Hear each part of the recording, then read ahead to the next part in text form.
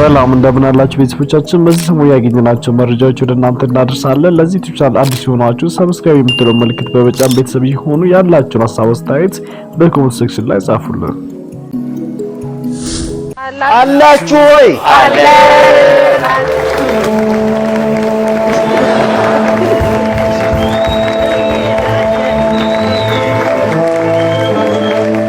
አማን ነው ወይ? አማን የታል ዶላሩ?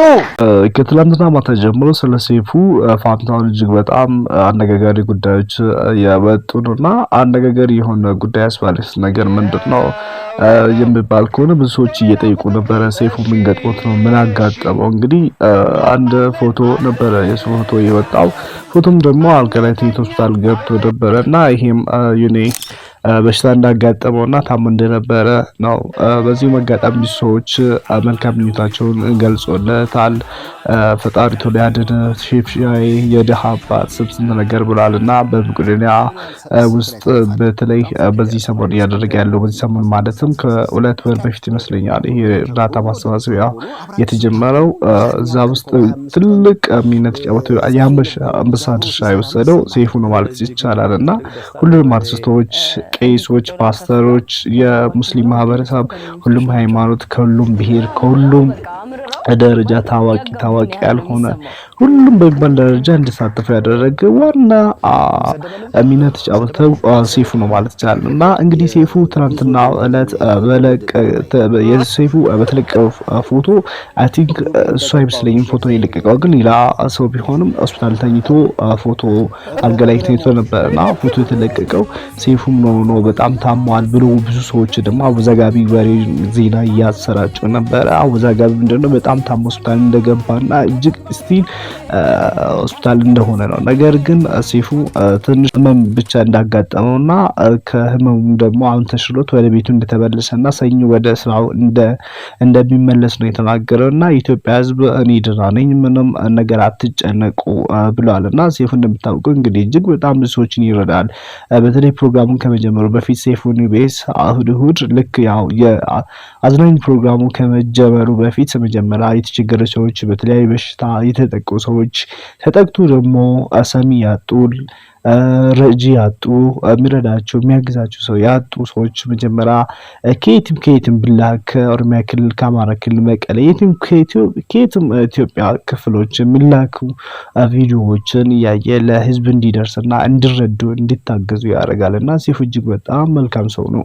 በተለይ ይሄ መቄዶንያ ላይ የመቄዶንያ እርዳታ ስብሰባ ላይ እጅግ በጣም የራሱን ድርሻ እጅግ በጣም በሚባል ደረጃ ነው የተወጣ ማለት ይችላል። ምክንያቱም even እንቅልፉን ሌሊቱን ሙሉ ቁጭ ብሎ ከሌሎች አርቲስቶች ጋር ከሌሎች ተጽዕኖ ፈጣሪዎች ጋር ከሌሎች ባለሀብቶች ጋር ከተለያዩ ሰዎች ጋር ቁጭ ብሎ ስልክ እየደወለ ከውጭ ሀገር ብዙ ሰዎች ስለሚያውቁት ከአውሮፓን ሀገር ከአሜሪካን ከአውስትራሊያ ከተለያዩ ሀገራት ሰዎች እየደወሉ እየረዱ ነበርና በጎፈንድሚም ተከፍቶ መቄዶንያ እንዲረዳ እጅግ በጣም የራሱን ድርሻ የተወጣ ነበርና በተለይ መቄዶንያ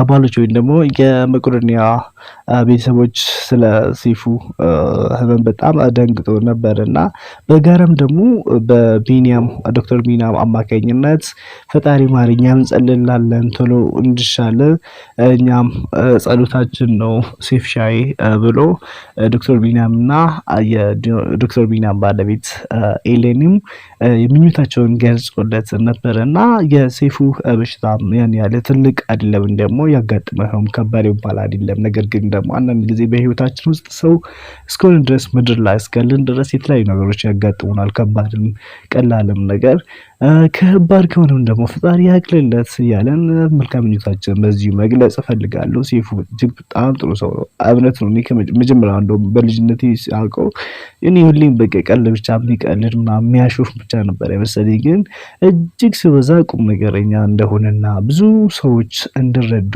even ደግሞ ወደ ሚዲያ እንዲወጡ በተለይ ልዩ ተፈጥሮ ያላቸው ወይም ደግሞ አስገራሚ ነገር ያላቸው አስገራሚ ተሰጥኦ ያላቸው በሱ ሾው አማካኝነት እጅግ በኢትዮጵያ ሕዝብ ዘንድ እንዲታወቁና እንጀራቸው እንዲበስላቸው እንጀራቸው እንዲሰምርላቸው ያደረገ ሴፉ ነው ማለት ይቻላል። እንደገና ደግሞ ሴፉን እኔ ስለ ሴፉ ሳነሳ እጅግ በጣም የሚገርመው ነገር የሴፉ ኮንሲስተንሲ ነው።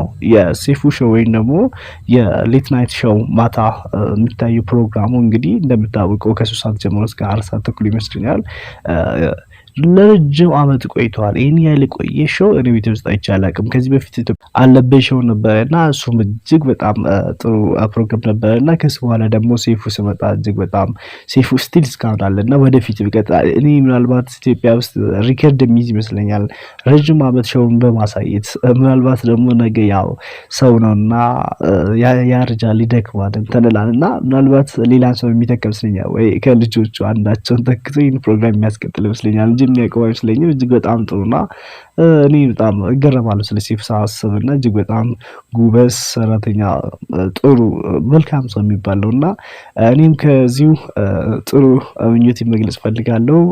ወደ ሙሉ ጤንነት እግዚአብሔር ይመልስ ማለት ፈልጋለሁ። ረጅም እድሜና ጤና እመኝላለሁ። ለዚህ ዩቲዩብ ቻናል አዲስ ሆናችሁ ሰብስክራይብ ማድረግ የዩቲዩባችን ቻናል ቤተሰብ ይሆናሉ። እኔ ወንድማችሁ ፕሮሰስ ነበርኩኝ። አብራችሁ ስለነበራችሁ አመሰግናለሁ። መልካም ቀን